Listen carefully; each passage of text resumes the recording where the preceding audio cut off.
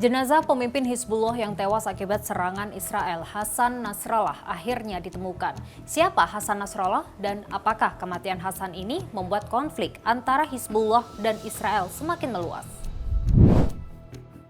Ini yang harus dihadapi warga Beirut. Serangan bertubi-tubi dari Israel. Jumat lalu serangan ini menewaskan pemimpin Hizbullah, Hasan Nasrallah, yang disebut-sebut sebagai musuh bebuyutan Israel. Sempat dicari-cari, jenazah Hasan Nasrallah akhirnya ditemukan di pinggiran selatan Beirut. Menurut sumber medis dan keamanan Lebanon, jenazah Nasrallah ditemukan dalam keadaan utuh. Nah, siapakah Hasan Nasrallah ini? Hasan Nasrallah ini telah memimpin kelompok Hizbullah selama 3 dekade sejak tahun 1992. Di bawah kepemimpinan Nasrallah, Hizbullah ini menjelma menjadi kelompok militer yang diperhitungkan. Hizbullah bahkan dianggap memimpin perang yang dapat membuat pasukan Israel ini angkat kaki dari Lebanon pada tahun 2000 silam. Pria 64 tahun itu juga dikenal sebagai politikus serta ahli strategi perang yang cerdik di daratan Timur Tengah. Pertanyaannya, akankah Hizbullah ini nantinya menjadi goyah setelah ditinggal pemimpinnya?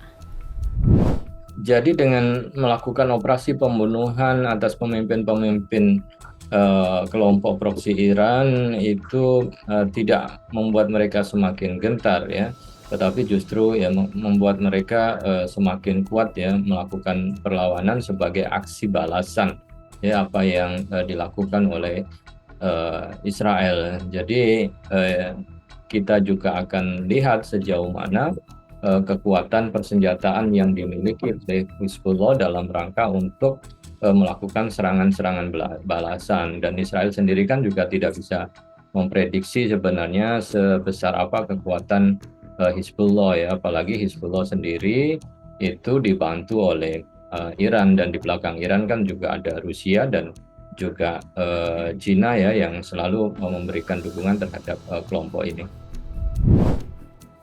Ada beberapa nama yang disebut-sebut akan menggantikan posisi Hasan Nasrallah. Siapa dia?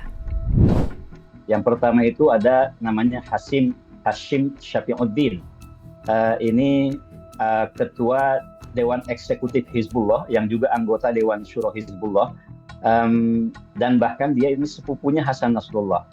Saya menduga Hashim Shafiuddin inilah yang akan menggantikan, ada di posisi teratas untuk menggantikan Hasan Nasrallah. Karena apa? Kedekatan dengan Irannya juga sangat dekat. Dia alumni dari Qum dan Najaf di Iran. Kemudian yang paling penting adalah dia ini besannya Jenderal Qasim Soleimani.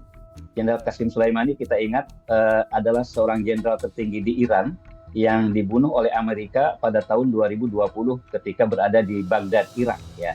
Nah, jadi itu yang pertama, nama Hashim Shafiuddin ini ada di posisi yang pertama. Yang kedua ada Naim Qasim. Naim Qasim ini sebetulnya bukan orang baru di Hizbullah. Dia bahkan sudah menjadi wakil sekjen Hizbullah ketika Hizbullah itu sekjennya masih Jenderal Abbas Al-Musawi yang meninggal kemudian digantikan oleh Hasan Nasrallah. Dalam sidang PBB Jumat lalu, Perdana Menteri Israel Benjamin Netanyahu mengklaim menyerang Hizbullah untuk mencari perdamaian. As long as Hezbollah chooses the path of war, Israel has no choice and Israel has every right to remove this threat and return our citizens to their homes safely. Israel seeks peace. Israel yearns for peace. Pernyataan Netanyahu ini direspon oleh Menteri Luar Negeri Indonesia, Retno Marsudi. Retno meragukan tujuan perdamaian dari Netanyahu. Really? How are we supposed to believe that statement? Yesterday while he was here, Israel conducted unprecedented massive air attack on Beirut. PM Netanyahu wants the war to continue. We must stop that. I repeat, we must stop that. Kematian Nasrallah ini menandai sebuah babak baru dalam sejarah konflik Lebanon-Israel dan bisa berdampak pada dinamika kekuatan di kawasan Timur Tengah. Saya kira faksi-faksi perlawanan yang lain ya, termasuk kelompok Houthi atau Hamas dan juga kelompok perlawan yang ada di Suriah, tentu mereka semakin waspada akan kemungkinan operasi-operasi pembunuhan. Tapi sebelum operasi itu digencarkan oleh Israel, nampaknya mereka juga akan membuat perhitungan dengan melakukan serangan balik yang itu bisa saja dampaknya juga sangat besar ya, sebagai balasan atas apa yang terjadi ya, terutama pasca terbunuhnya Hasan Nasrullah. Jadi ya ini akan semakin membangkitkan perlawanan, dan nampaknya ya konfliknya intensitasnya akan semakin tinggi kalau kita lihat ke depannya. Pasca tewasnya Hasan Nasrallah, Hizbullah menyatakan tidak tinggal diam dan akan membalas serangan terhadap Israel.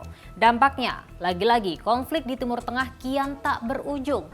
Belum lagi ada kelompok Houthi di Yaman yang menambah daftar panjang perseteruan Israel dengan negara-negara Timur Tengah. Gimana menurut kalian? Terima kasih sudah diskusi.